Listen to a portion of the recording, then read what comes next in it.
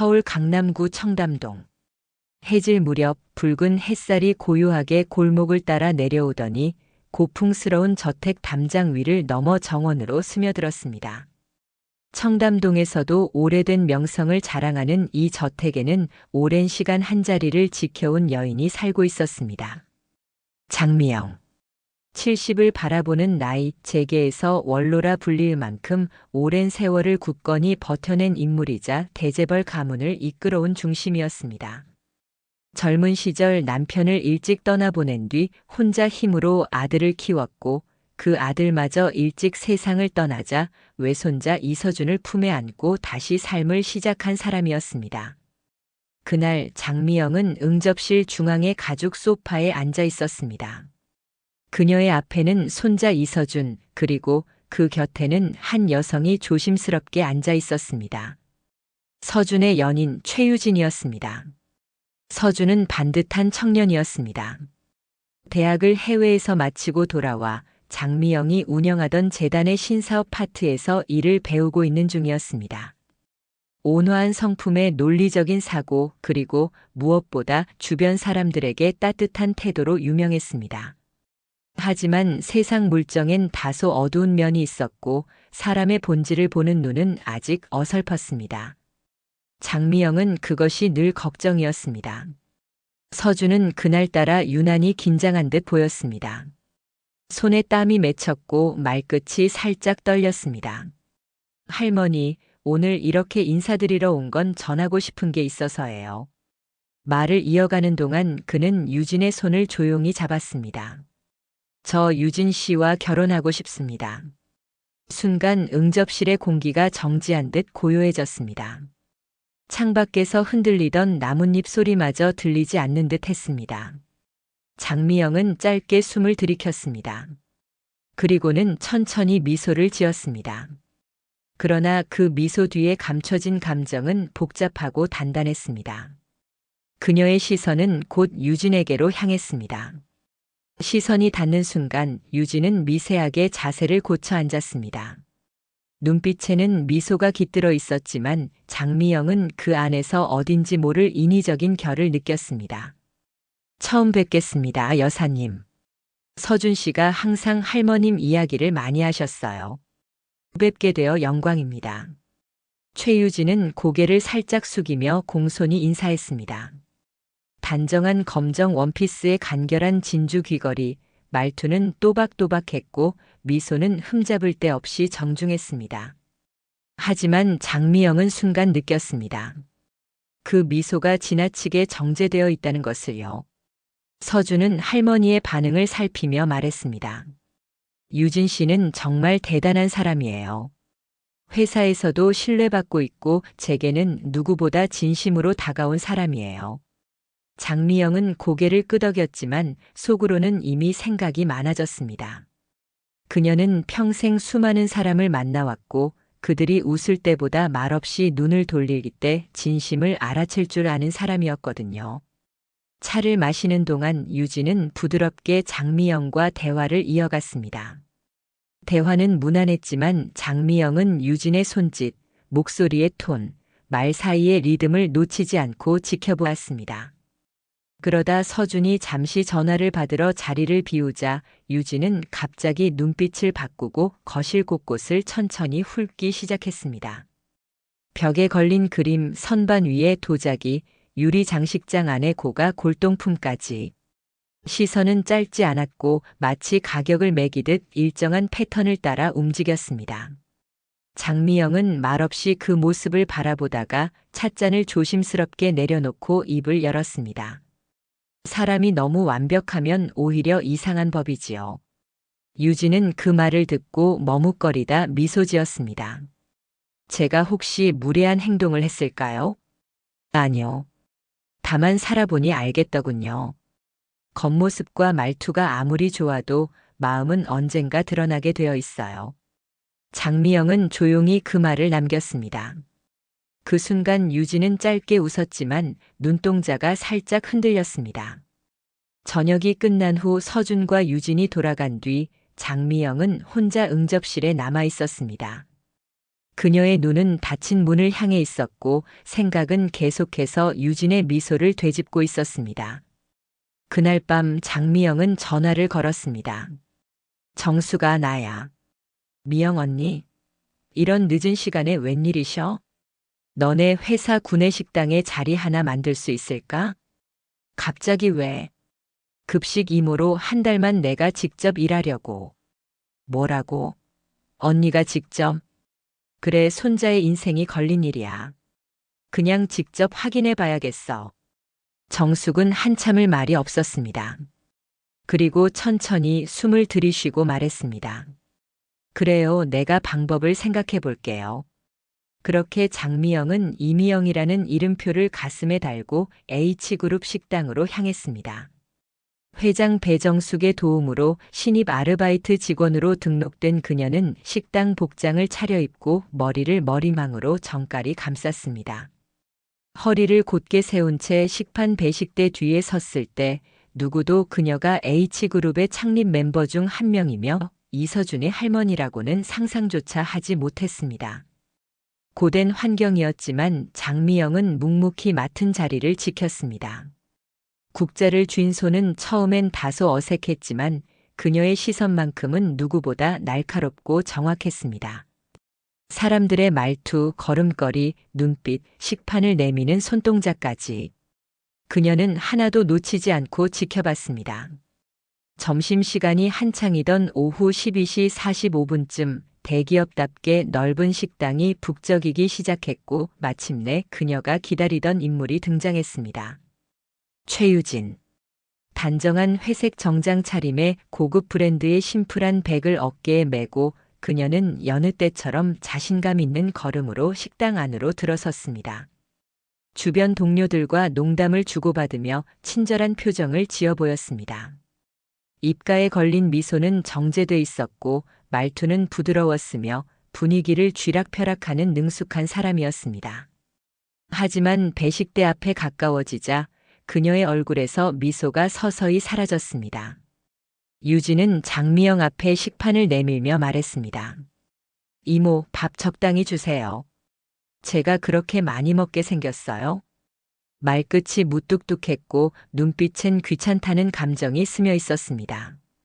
감사합니다라는 말은 없었고 장미영과 눈도 마주치지 않았습니다. 장미영은 말없이 밥을 덜어주었습니다. 그 다음 코너 국 담당 구역으로 유진이 옮겨왔습니다. 그녀는 식판을 내밀며 짧게 말했습니다. 빨리 주세요. 다음 미팅 일정 때문에 바쁘니까. 말투가 요청이라기보다 통보에 가까웠습니다. 장미영은 천천히 국자를 들었고 일부러 살짝 국물을 유진의 손등에 흘렸습니다. 아이고, 미안해요. 제가 신입이라 손이 좀 서툴러요. 유진은 그 순간 반사적으로 표정을 일그러뜨렸습니다. 눈이 살짝 치켜 올라가며 장미영을 노려보는 듯한 시선이었죠. 그 안에 담긴 건 짜증, 불쾌함, 그리고 얕잡아 보는 기색이었습니다. 아, 진짜 더럽게.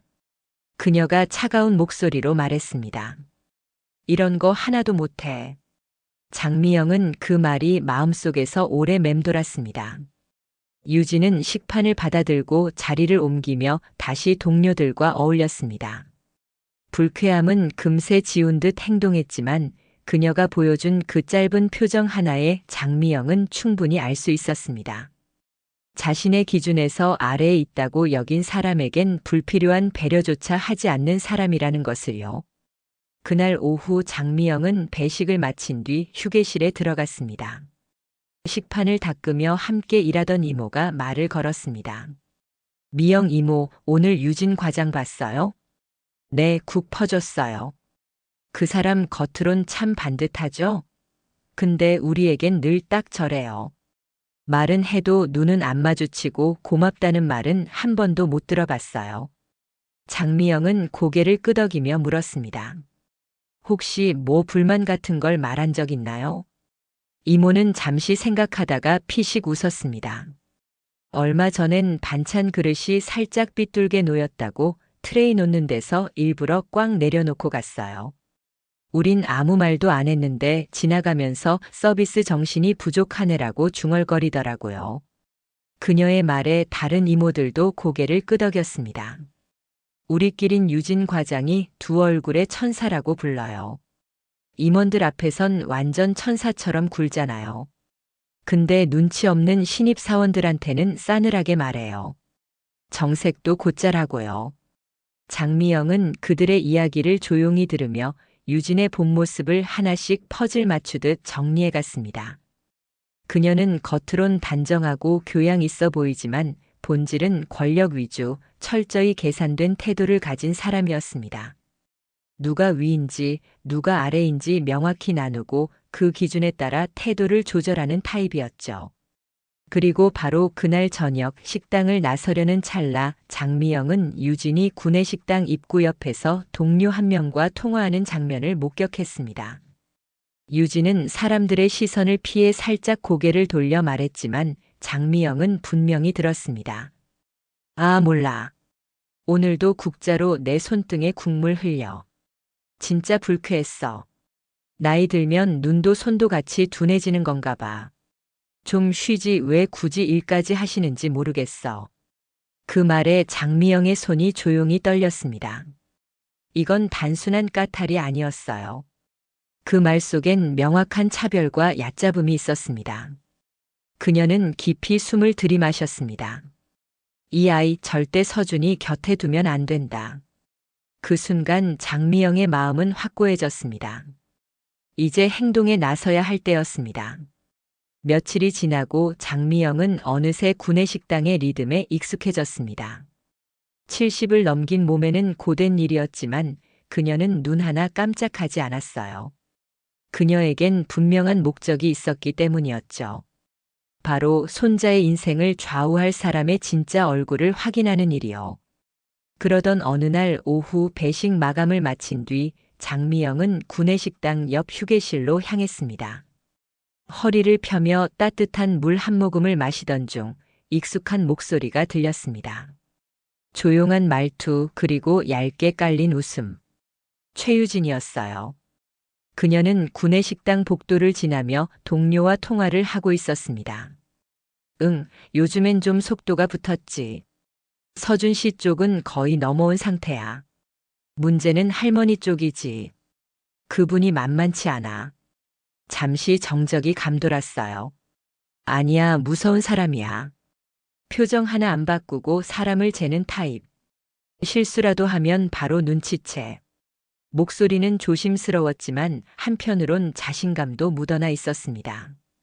하지만 뭐 시간이 해결하지. 자산만 확실해지면 나머진 내 방식대로 풀 수 있어. 그 말에 장미영의 등줄기가 서늘해졌습니다. 그녀는 조용히 뒷걸음질치며 유진의 말이 더 들리지 않도록 거리를 뒀습니다. 그날 밤 장미영은 배정숙 회장에게 다시 전화를 걸었습니다. 목소리는 단호했고 준비가 끝난 사람의 확신이 담겨 있었어요. 정수가 나 내 도움이 필요해. 이번엔 확실하게. 무슨 일이야? 왜 또 그렇게 무거운 목소리야? 유진이라는 아이. 얘가 단순한 문제가 아니야. 그 애가 보낸 이메일 메신저 기록을 볼 수 있으면 좋겠어. 회사 규정상 직원 사생활은 제한적이야. 하지만 정숙은 말을 멈췄습니다.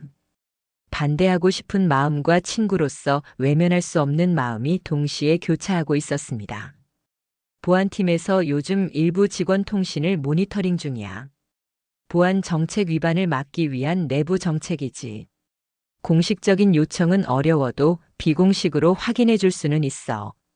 고마워, 정수가.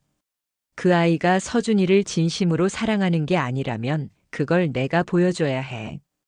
이틀 뒤 배정숙은 약속대로 장미영에게 유진의 일부 업무 이메일과 사내 메신저 대화 내용을 전달했습니다. 장미영은 아무 말 없이 A사 용지에 출력된 기록들을 하나하나 넘겨 읽었습니다. 그리고 그 안에서 그녀가 가장 보고 싶지 않았던 문장들과 마주했습니다. 도련님은 순진해서 내가 하라는 대로 잘 따라와. 감정도 깊고 무던한 성격이라 설득하는데 힘 안 들어. 결혼만 하면 자산 일부는 내 이름으로 넘어올 가능성도 커. 변호사랑도 얘기해봤어. 다만 그 할머니 진짜 까다로움. 사람 눈빛이 칼 같아. 지금은 일단 웃으면서 맞춰주는 중. 순수한 연인 역할, 끝까지 완벽하게 해야 돼. 장미영은 손에서 종이를 놓았습니다. 그녀의 가슴은 천천히 하지만 확실히 무너져 내리고 있었어요. 자신이 품고 키운 손자가 이토록 철저하게, 의도적으로 이용당하고 있다는 사실. 서준이 믿고 의지한 사랑이라는 감정이 사실은 누군가의 철저한 계산 속에서 움직이고 있었다는 것. 장미영은 한참을 가만히 앉아 있었습니다. 손가락이 떨리고 등줄기를 타고 땀이 흘렀어요. 이 아이는 사랑이 아니라 협상의 대상이었구나. 그녀는 천천히 자리에서 일어났습니다. 그리고 오랜 시간 서랍에 넣어두었던 다이어리를 꺼냈습니다. 그 속에는 서준이 처음 유치원에 입학하던 날, 발레 학원 앞에서 우물쭈물하던 날, 아버지 사진을 껴안고 울던 어린 시절의 흔적이 빼곡히 적혀 있었어요. 장미영은 손자의 웃는 얼굴이 담긴 사진을 오래 바라보았습니다. 이젠 내가 끝내야 해. 내가 믿었던 그 마음이 더는 짓밟히지 않게. 토요일 저녁. 장미영은 새벽부터 부엌을 지켰습니다. 젊은 시절 손수 만들어 먹였던 된장국, 서준이 좋아하던 감자조림, 구내식당의 메뉴와 비슷하게 만든 닭강정과 잡채까지. 그녀는 정성을 다해 식탁을 채웠어요. 그리고 식탁 한가운데엔 오래된 반찬통을 올려놓았습니다. 그 안엔 음식이 담기지 않았지만 장미영의 마음은 차고 넘치도록 담겨 있었죠. 서준에게는 일주일 전 단정한 말투로 전화했습니다. 유진 양과 함께 식사하자꾸나. 내가 요리할게. 이제는 나도 그녀를 좀 더 알아야 할 것 같아서. 서준은 기뻐했습니다. 정말이요, 할머니? 유진 씨도 분명 좋아할 거예요. 말해 놓을게요. 장미영은 그 대답을 들으며 천천히 찻잔을 들어 올렸습니다. 이 식사는 손자를 위한 마지막 선물이 될지도 몰랐죠. 오후 6시. 현관에 초인종 소리가 울렸습니다. 할머니. 서준이 환하게 웃으며 말했습니다. 장 여사님, 또 뵙게 되어 정말 반갑습니다. 최유진 역시 매끄러운 미소와 함께 고개를 숙였습니다. 어서 오렴. 들어가자. 음식 다 준비됐단다. 세 사람은 식탁으로 향했고 유진은 자리에 앉자마자 테이블 위를 눈길로 훑었습니다. 어머, 메뉴들이 낯익어요. 회사 식당에서 자주 보던 거랑 비슷하네요. 장미영은 조용히 웃으며 대답했습니다. 그래요? 아마 우연이겠죠. 유진은 억지로 고개를 끄덕였지만 눈빛에 살짝 그늘이 드리워졌습니다. 뭔가가 이상하다는 걸 감지한 듯 보였죠. 식사가 시작되었습니다. 서준은 대화를 이끌었고 유진은 자연스럽게 대답했습니다. 미소와 말투 모두 완벽했어요. 그러나 장미영은 대화보다 침묵 속의 징후들을 더 예민하게 감지하고 있었습니다. 유진이 음식을 집는 손이 약간 경직되었고 식탁에 놓인 반찬통을 피하는 듯한 시선을 보냈습니다. 그리고 디저트 타이밍. 장미영은 자리에서 일어났습니다. 잠시만요, 차를 준비해 올게요. 그녀는 부엌으로 들어가 국화차를 우렸습니다.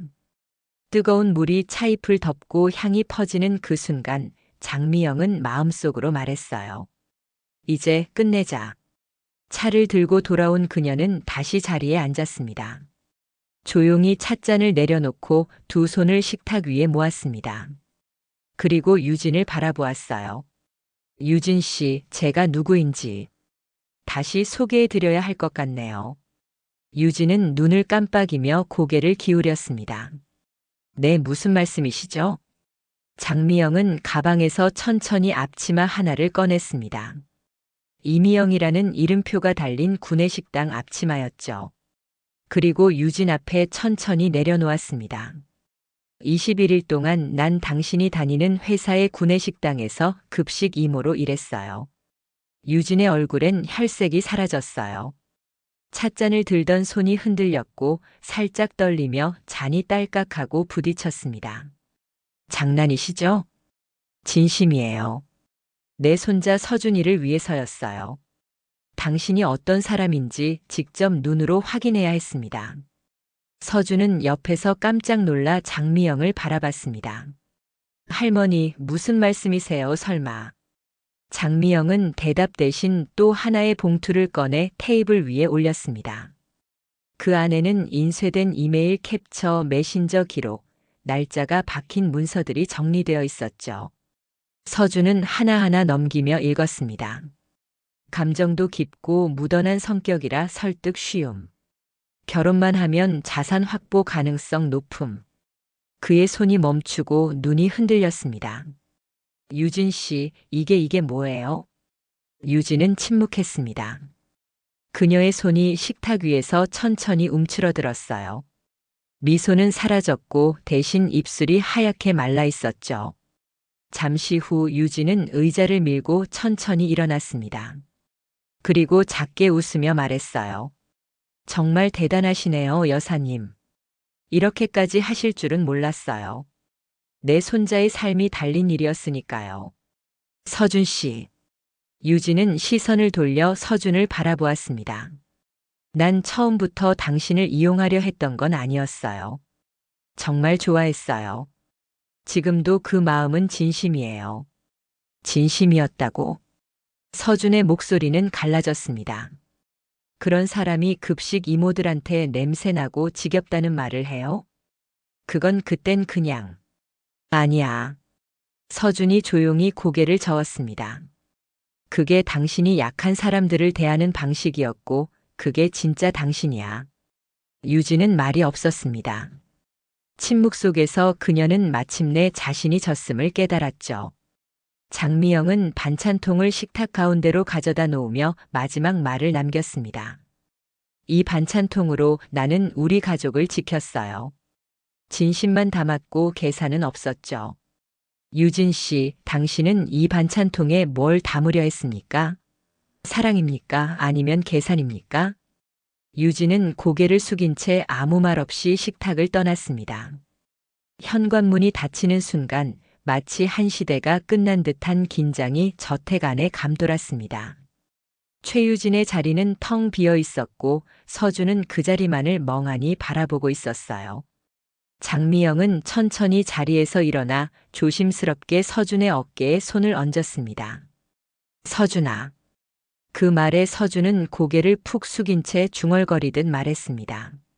할머니, 제가 정말 그렇게 어리석었나요? 목소리는 거의 들릴 듯 말 듯 했습니다. 그 안엔 놀람, 수치심 그리고 자책이 고스란히 담겨 있었죠. 아니야, 넌 어리석지 않아. 장미영은 단호하게 대답했습니다.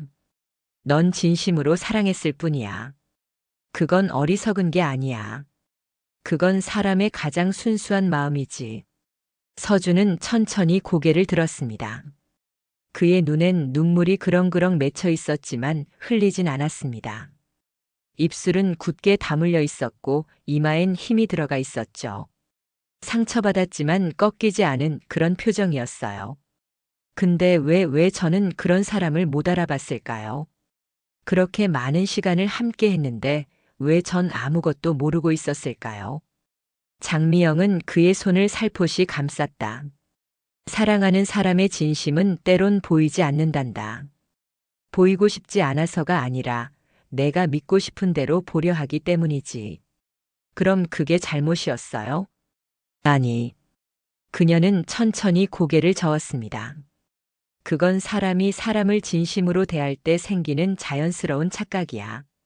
그 착각이 있었기에 너는 상처를 받았고 지금 이 순간 조금 더 어른이 되어가고 있는 거야. 서준은 식탁 위에 반찬통을 바라봤습니다. 유진이 눈길조차 주지 않았던 그 반찬통이 묵직한 무게로 그의 마음을 짓누르고 있었습니다. 너희 아버지가 어릴 때부터 내가 늘 이 반찬통으로 도시락을 싸줬지. 작고 낡은 통이지만 내 마음은 그 안에 언제나 가득했단다. 정직하게, 성실하게, 그리고 아무 조건 없이. 그런데 유진 씨는 그 안에 아무것도 담지 않았어요. 맞아. 장미영은 조용히 말했어요. 그 아이는 자기 가방 속에 계산기만 꺼냈지, 마음은 꺼내지 않았어. 서준은 조용히 말했습니다. 저는 그 사람이 정말 저를 사랑한다고 믿었어요. 그게 아니었다면, 모든 순간이 거짓이었다면 저는. 장미영은 그를 꼭 안았습니다. 모든 순간이 거짓이진 않았을 거야. 그 아이가 너를 위해 웃었던 순간도, 손을 잡았던 순간도 어쩌면 잠깐은 진심이었을 수도 있어. 하지만 그 진심이 널 지킬 만큼 단단하진 않았던 거지. 서준은 천천히 그녀 품에서 몸을 일으켰습니다. 할머니 감사해요. 왜? 그걸 지켜봐줘서요. 그리고 진실을 보여주셔서요. 제가 혼자였으면 아마 지금도 그 사람을 사랑한다고 착각하고 있었을 거예요. 장미영은 서준의 얼굴을 찬찬히 바라보았습니다. 이제 그 눈엔 아이 같던 순수함과 함께 상처를 이겨낸 사람의 깊이가 함께 깃들어 있었죠. 서준아. 네. 사람은 말이 아니라 약한 사람을 대하는 태도를 봐야 해. 그 사람이 얼마나 똑똑한지, 어떤 학벌을 가졌는지는 아무 소용없어. 급식 이모에게, 청소 아주머니에게, 낮은 직급의 후배에게. 그런 사람들을 어떻게 대하느냐가 그 사람의 본 모습이란다. 앞으로는 그걸 보겠습니다. 사람을 볼 때 행동을 먼저 보겠습니다. 말이 아니라 눈빛과 손끝을. 장미영은 미소 지었습니다. 그 미소는 다정하지만 오랜 시간 단련된 사람만이 지을 수 있는 그런 미소였어요. 그래, 넌 잘 클 거야. 아니, 이미 많이 컸구나. 청담동 저택의 정원은 다시 연두빛으로 물들고 있었습니다. 장미영은 벤치에 앉아 낡은 반찬통을 손에 들고 있었어요. 그녀의 손길은 조용했고 눈빛은 고요했죠. 시간이 흐른 만큼 마음도 조금은 내려앉아 있었습니다. 할머니. 서준이 정원으로 나왔습니다. 한결 단정해진 정장 차림, 그러나 표정은 예전보다 훨씬 부드러웠죠. 요즘은 사진첩보다 반찬통을 자주 보시네요. 장미영은 웃었습니다. 이제는 사진 속 내 얼굴보다. 이 반찬통을 보면 그 시절이 더 또렷이 떠올라서 말이지. 무겁지만 따뜻했던 시간들. 서준은 벤치 옆에 앉았습니다. 그리고 조심스럽게 말을 꺼냈어요. 할머니, 저 회사 복지 프로젝트 이번에 공식적으로 마무리됐어요. 그래? 축하한다. 할머니 덕분이에요. 구내식당 근무 환경 개선, 급식 이모님들 임금 인상, 청소경비 인력용 쉼터 신설까지 다 반영됐어요. 장미영은 눈을 가늘게 떴습니다. 그 일 누가 알아줬니? 사실 대부분 모릅니다. 뉴스에도 안 나고 임원들도 대수롭지 않게 여겨요. 하지만 구내식당에 매일 인사하러 오는 직원들이 생겼어요. 예전엔 한마디도 없던 사람들이요. 그게 변화다. 서준은 고개를 천천히 끄덕였습니다. 맞아요. 할머니가 저한테 알려주셨던 그 말. 사람은 말이 아니라 약한 사람을 대하는 태도로 보여진다는 말. 그걸 요즘 매일 실감하고 있어요.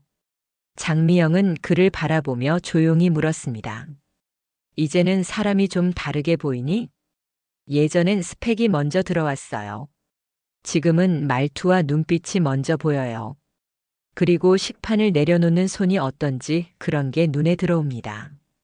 장미영은 웃음을 지었어요. 기쁘면서도 안도하는 웃음이었죠. 그래, 그걸 보면 이제 넌 철이 든 거야. 그리고 그 교훈은 평생 지켜야 한다. 네, 그게 제가 이 복지 프로젝트를 마무리하면서 가장 크게 배운 겁니다. 겉으로 보이는 것보다 사람이 진심을 담아 어떻게 행동하는지가 더 중요하다는 것. 서준은 벤치 옆에 반찬통을 가만히 바라봤습니다. 그 안엔 세월이 담겨 있었고 지금은 철든 마음도 함께 담겨 있었죠. 할머니, 저는 이제 진심을 알아보는 눈을 키웠다고 믿어요. 시간이 좀 걸렸지만 그래도 이제는 제대로 볼 수 있을 것 같아요. 장미영은 손자의 손을 가만히 감쌌습니다. 너는 잘하고 있어. 가끔은 넘어져야 더 똑바로 걷는 법이야. 상처받았다고 해서 사랑을 두려워하지 마라. 정직한 마음을 지키는 사람에겐 언젠가 반드시 좋은 인연이 온다. 서준은 조용히 고개를 끄덕였습니다. 그리고 하늘을 올려다보았습니다. 따뜻한 바람이 잔잔히 불고 있었어요. 장미영은 벤치 옆에 조용히 앉아 중얼거렸습니다. 사람의 진짜 얼굴은 식판 앞에서 드러나는 법이지. 그 말은 바람을 타고 천천히 퍼져나갔습니다.